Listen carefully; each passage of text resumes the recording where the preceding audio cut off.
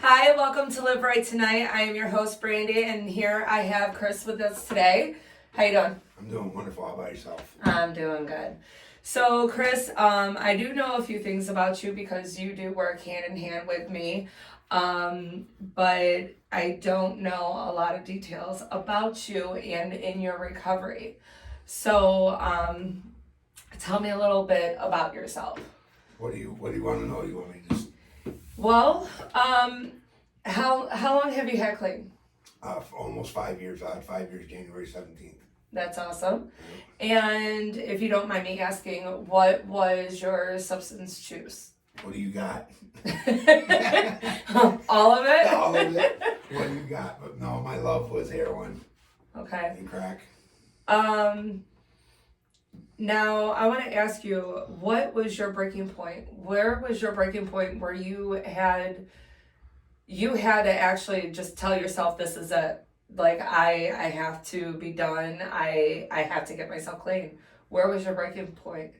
When I got arrested at Home Depot for trying to steal, I just had enough. Like I was like, thank God I'm going to jail. Like you know what I mean. And then when I went to jail at first, I was like, man, I hate being in here. And then I was like, this is right where I need to be right now. And then so I did 30 days in Wayne County, which is an awesome jail. And it's the longest time I've ever spent in jail. I have no felonies.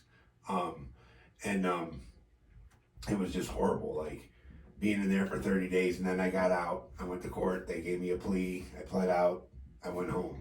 And then my mom was feeding the Chihuahua. I had a little teacup Chihuahua, and she was feeding it Benadryl because I had skin allergies, and she was using a syringe. And as soon as I seen that syringe, I said, Mom, take me to rehab. And she's freaking out. She's like, you just woke up. You didn't even go anywhere. How did you use? And I'm like, I didn't use, but seeing that, I'm gonna. And I think that was really my turning point. Like, man, I've had enough, because it was just horrible. So I put myself in rehab for 30 days after doing 30 days in jail. So I already had 2 months clean by the time I got to rehab. But it was something that was necessary for my recovery. Okay. Now, was there any in your usage time? Have you ever had any ODs? I wouldn't. I mean, yeah, I've had ODs. I've never been revived by Narcan, even though I do Narcan training here. I'm a big advocate for Narcan, but I've never been revived by Narcan. But I have woken up under a few laundry sinks in a couple dope houses, so I know I've overdosed, but I just never. No one was ever there to revive me. Okay. So yeah, but yeah, it's definitely a slippery slope out there. Now, tell me a little bit about your story of going through your usage and coming into recovery and going through your steps and going through all of your trials and tribulations through all of it, if you don't mind. You got time?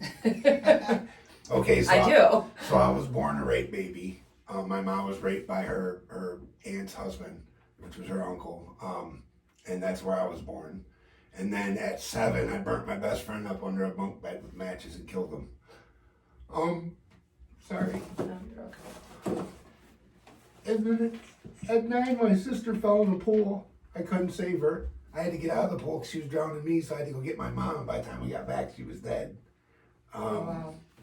So that people have been through trauma in their life and they don't deal with it, and that's the whole problem. And I never dealt with it. And my sponsor tells me if I keep talking about it, it'll hurt less, but it don't. But it's one of them things that you just have to get through every day. And that's just what I do. I get through it. I do what I have to do, just to make sure everything goes as planned, his plan, not my plan.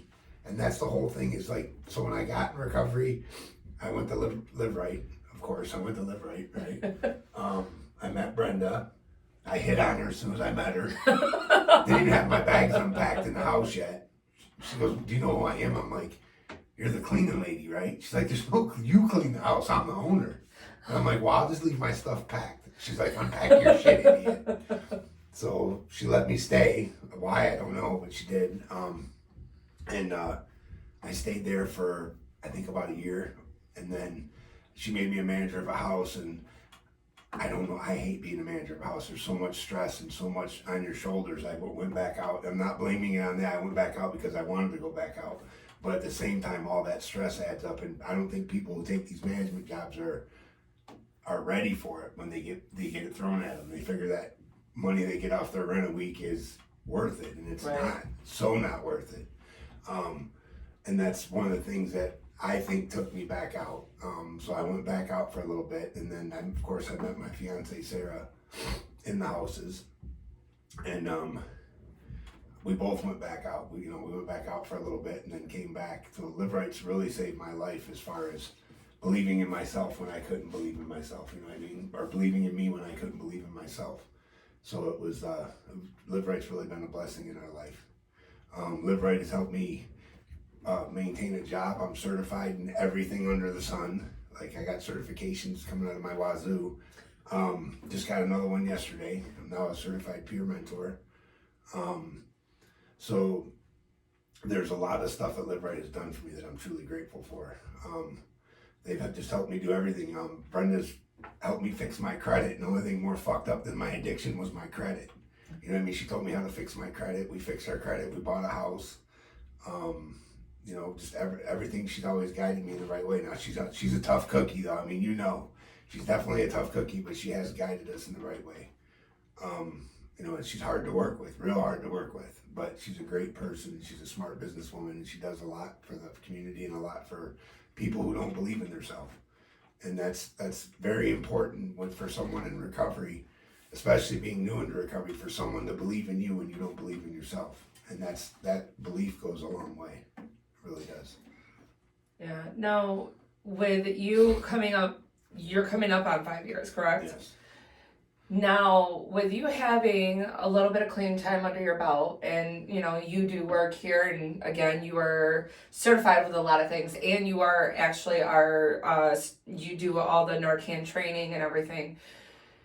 Beyond working here, what do you do to maintain your sobriety, to stay clean? Do you continue with your meetings? Do you do groups? Do you have a sponsor? Are you a sponsor to anybody? Are you maintaining all the tools that you need to use to stay in your sobriety? The meetings I have laxed on, but I go see my peers, and they say a meeting is two addicts talking about recovery, and I do that all day long with my peers. But that's not a meeting for myself, and that's where I have a problem. Like, I have a meeting tonight. I have a bonfire meeting at my house. We do it every Thursday in the summer. And no, you guys aren't invited. No, I'm just kidding. But we do. We have a bonfire meeting every Thursday, and I do maintain my meetings. I'm very connected in the community. I always talk to everybody on Facebook, in person. I'm always going out to dinner with somebody. I do have a sponsor who I go hunting with. 58 days in the wake up, Brian. We're going hunting. But that's I've switched my addiction from drugs and alcohol to hunting and getting stuff for my house. And that's a big thing, because, man, like, I couldn't tell. I could if there's one thing I could tell anybody, it would be anything you put before your recovery, plan on losing it. Because I've had houses, I've had cars, I've had boats, I've had motorcycles, I had a wife, I had kids. They all fit in that needle and that crack stem. So convenient. You know what I mean? So anything you put before your recovery, plan on losing it. And that's how I look at things now. I got to put my recovery first. And you'll hear people say, no, I put my kids first. Mothers all the time, I put my kids before anything. Plan on losing them, because that's the God's honest truth. If you don't take care of yourself, how can you take care of your kid if you're high? And that's what I always tell them. And they look at me funny when I tell them this in rehab and stuff, but it's the truth. And that's what sometimes we need to hear, is the hard truth. And I think that's what makes me such a good peer coach, is when they ask me a question, instead of doing the quote unquote typical way of saying, how'd that work out for you? I give them the tough love scenario. Right. And then a lot of them like it. You know what I mean? They're like, that's what they needed. And it's a good feeling to have peers accomplish stuff. You know what I mean?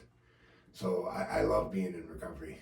And that's how I stay connected, is I went to the meetings, Brenda's mandatory meetings. She tells you to do everything. And you go to them, she gives you your route in recovery, so to speak, which is the main route, like on a pine tree. A pine tree's got one big feeder root that goes into the ground. Mm-hmm. And then But if you go up north in the national forest and you walk through it, all the pine trees are blown over. The only trees that are standing are the fresh pines or the big oak trees. And the reason the oak tree is standing is because it has more than one root. It's got just as many roots in the ground as it does branches on top, and that's how you have to treat your recovery. Is you have to have many roots in the ground for recovery. In case this one breaks or this one does this or this one does that, you got another root to keep feeding yourself that recovery. It's definitely a necessary thing. You're definitely a hunter putting your recovery towards the roots of trees. I love it. You're excited for hunting. I get it. Right. Definitely am. No, that's awesome though. And it's true. It is absolutely true because no matter what, and that's one thing that I do love about Brenda is just like, she, with her homes and everything, she does. She's she cracks it down, but that's the thing. You need somebody like that because you've had everything just given to you or somebody just not even caring. And she cares because, not only are these her homes, but she wants to see you succeed. And when you do succeed, she will help you the whole way through. I've watched her do it with so many people, and so many people got a lot out of it. Like you said, you now have, credit, you have a house and everything, and it's not because she's like, oh yay, it's because she is hard about it, but she's hard about it because it's a passion of hers. So why wouldn't she be stern with what she's passionate about? Right. Because she's been there and she doesn't, it's sad, and she has to sit there and use that sternness instead of being so sad about it. Right. She switches it up. And, and I think it's good because you need that. Everybody needs that, especially so raw into recovery. You need somebody that's like, hey, this is what's happening. You don't like it. Don't know what to tell you. But I'm here and I'm willing to help you. Let's do this. Yeah. She does do that. Yeah. And, I'm grateful that you're here. I'm sorry for everything, you went through while you were younger. That has to be hard. And like you said, pain like that doesn't go away. They say it does get easier, but it really don't. It's just how you manage learn how it. To deal with it. Yep. You just learn to deal with it. And It's that's how the to whole manage. thing is you gotta have good. You gotta in order to appreciate the good, you gotta have the bad. In order to appreciate cold, you gotta have hot. In order to appreciate this, you gotta have both sides of the spectrum.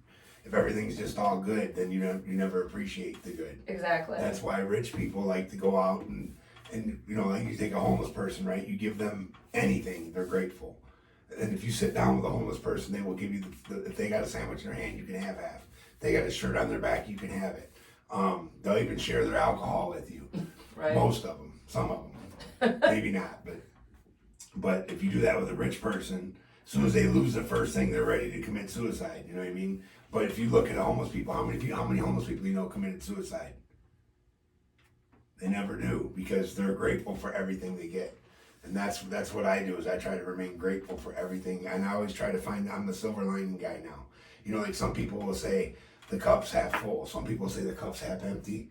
I say, why aren't you grateful you got a cup? And that's how I change my thing. That's how I change my outlook on life. I'm grateful for everything. And that's how I have to remain grateful and remain humble and not get cocky, which I do a lot. I am cocky. I'm a cocky dick. But at the same time, that's just me playing around because I'm very humble and I sell myself short on a lot of my feats. Like when I first started working here for Brenda, I had 23 warrants. You know what I mean? I went to rehab with no shoes on my feet. Now I got 90 pairs of shoes and no warrants. You know what I mean? And but Brenda, I owed a credit card company $700 when I started working here. Brenda's like, just pay him. I'm like, I don't want to pay him right now. So they ended up deducting my wages until I paid it off, but it felt good to have it paid off. And they don't bug me no more. And then I fixed my credit from there on, and it was amazing. But she's like, I don't know why you just don't pay your bills. Like money grows on trees, right? But so I ended up paying them off and getting it taken care of and getting that out of the way, and that felt good. And now you're the person like, oh, there's a bill, I gotta pay it. Yeah. Instead of like, oh, we'll wait later. Yeah. And it's like, oh no, let's hurry up and get this done. Yep, and that's a good feeling because when I first started getting high. I got high with my first wife, and she we had money in the bank. I probably had, I think, 80 grand, 90 grand in the bank, and I made good money, and it was gone within 2 months. Like, we both took off and we split it, and she went this way, I went this way. She went to Florida, I stayed here, and it was gone in 2 months. My house was gone, my motorcycle was gone, my boat was gone, everything was gone. So you can lose everything just as fast as you get it, if not even faster. Well, you don't lose it, you give it away. I hear people say they lost something. No, you gave it away. You gave it away. You didn't lose nothing. And that's so I've learned from that. You know, like, now everything I get, I want to hoard. You know, I get a car, I want 10 of them. I get a gun, I want 40 of them. I get a deer, I want 12 of them. Everything I get, I want a bunch of them, just in case I lose one or give it away. But that's how I am now, and it's you know, and that's another thing too, is with my addiction, I have to look at things. You can be addicted to shoes, you can be addicted to sex, you can be addicted to food, you can be addicted to everything, but you have to ask yourself, does it make your life unmanageable? Right. You know, and like me smoking cigarettes, I quit smoking and now I vape, and it's making my life unmanageable. So now I'm gearing towards quitting that. Food, I'm eating too much food, so I'm trying to gear towards not eating so much or drinking so much pop. So, you know, I'm trying to take care of everything, but you can't do everything all at once. No, you gotta give yourself time. It's definitely a work in progress, and it's, you know, just don't give up on yourself. That's my biggest thing, is giving up on myself. Fuck it, I'm getting old, you know what I mean? Who cares? No one cares if I got a big belly, I'm old, you know what I mean? Like, but I care, and that's the thing, and me walking up the steps cares. You know what I mean? We got a lot of steps to walk up every day. Man, I'm so sick of step work in my life and in this building, it's not even funny. Like, but no, that's a big thing too, is working the steps. The first year of my recovery, I didn't do any step work. I didn't do anything my first year of recovery. I still had a suspended license driving the dope man's truck my first year in recovery. And then Sarah told me that I had to do a speech. And I'm like, what am I going to tell them? I can't give nobody no hope. What am I going to tell them? I've done nothing the whole year I've been clean, but not used. She goes, well, then get up there and tell them that then. That's good enough. And I'm like, well, I don't want to be good enough. So I cleared up 23 warrants. And this was like in November, December. She told me that you have to do a speech in January. And I'm like, oh, that's like 2 months away. Like, what am I going to do? So I started turning myself in on all my warrants and paying off the fines. And then on December 23rd, I turned myself in on my last warrant. I thought I was going to jail for Christmas, but I didn't. And they just took money and sent me on my way and put me on probation. So it was, and then I did that, and I got my license back. And, you know, this way I had something to tell them at that speech, because I didn't want to look like an idiot. You know what I mean? I don't want to be that guy who gets up there and says, I didn't do shit, I'm clean. Right. You know, so that's one of the things that motivated me, I think, was Sarah and Brenda. You know, having good, positive women in your life definitely helps, you know what I mean? And they definitely, both of them will definitely motivate the shit out of you. They both have a voice, that is for sure. Yeah. And it's, you know, but they definitely motivate you to do better for yourself. And that's a good thing to have in your corner. And my mom's the same way, you know, she's this big. And she's always motivates me, you know what I mean? Like yesterday, she took me to go get my CPRM test, and we went out to lunch, and then, you know, she's always there. That's my rock. And she's an amazing woman, and I got an aunt that's the same way. You know, it seems like the women in my life are the rocks, and the men are, who knows where they're at. Right. But no, it is that way, though. It seems like the women are more, I don't want to headstrong? More headstrong and more goal-focused than the men. And that's just my own personal experience. I'm not picking on men or women in any way. That's just my own personal experience. It's the women in your life that make you feel that way. And that's totally fine. As long as you know that you have, you know, the headstrong woman that is going to make sure that you stay on the right track. Yeah. But you also have to make sure you stay on the right track for them too. And for yourself mostly, you know. But Chris, I just want to say thank you for doing this with me. I know I've been asking you and you're like, no, but I finally got you. Yeah. But I do appreciate it, and I want to say thank you for telling us your story. You know, one of my biggest things is, you know, I do try to get into the raw emotions of people, because I want, at least if I can get one person to see this and one person to see any of the podcast that I've gone and done and see, and so they can hear these stories to sit there and be like, you know what, if they can do it, why can't I?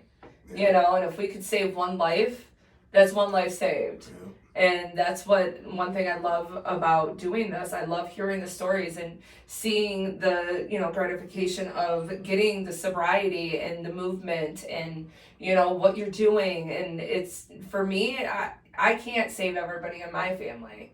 But if I could sit there and see you saving yourself, it makes me feel it gives me more hope. And not even that, it just makes me feel good, because if I can save one life, at least I can do one thing good, because I can't save everybody that I know and everybody that I've lost. So that's one thing I love doing this podcast and listening to stories and listening to your story. And I just want to say thank you. Thank you for sharing it. I appreciate it. All right, no problem. Yeah. To everybody else, I hope you have a blessed day. Thank you.